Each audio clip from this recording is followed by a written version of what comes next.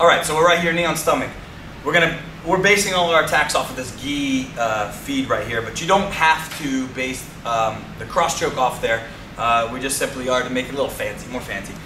Again, so we've got head and arm. I'm gonna make sure I anchor my grip. Always anchor your grip. If you release your grip and you don't anchor your grip, he's gonna have space to get away. So we anchor the grip.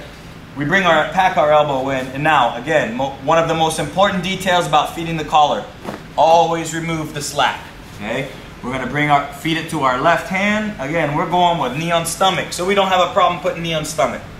I feed the collar to my right hand, and this is setting up a cross choke, okay? This is one of the, you'll see this attack. It's one of the most common attacks right now from knee on stomach is this cross choke feed when my opponent turns to start defending this choke. I see this called a Bravo choke. I'm gonna pull his top arm in. I'm gonna make sure he's turned on his side. Now, to pull the top arm in, you guys can go elbow or you can go sleeve, right? Anytime, now, practicing with the gi, I prefer not to use the gi if I don't have to, but when you are competing with the gi, it's a good idea to use it because it's a big advantage. So if I can grab the forefingers on the outside of the sleeve, as I turn, I'm gonna start stuffing this arm down, okay? My knee is gonna come off the stomach so I have a little more stability.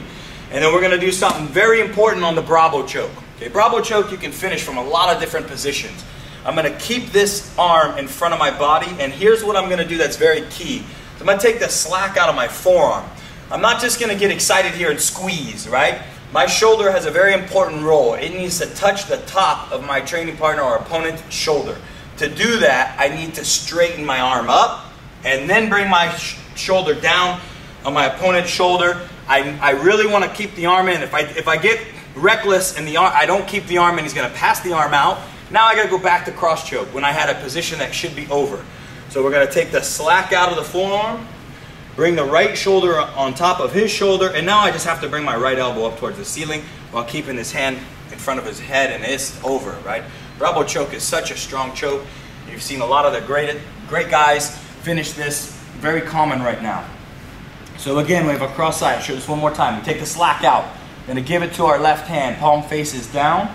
We're going to make sure we put our knee on the stomach. Nice and low, monitoring the hip.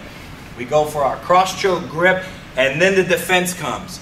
So we're going to take the sleeve, we're going to bring our opponent on our side, slide the knee off the stomach, keep the grip forefingers stuffing the arm, and then very important, we're going to take the slack up and off of our arm.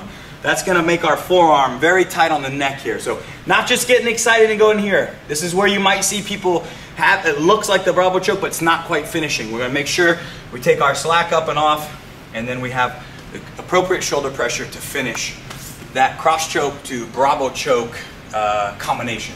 I'm Shawn Williams. You're here with Dana and I at 5-Star Martial Arts in Los Angeles. Also, Renzo Gracie, Los Angeles, Team Renzo Gracie. Thanks for joining us, guys. We'll see you real soon.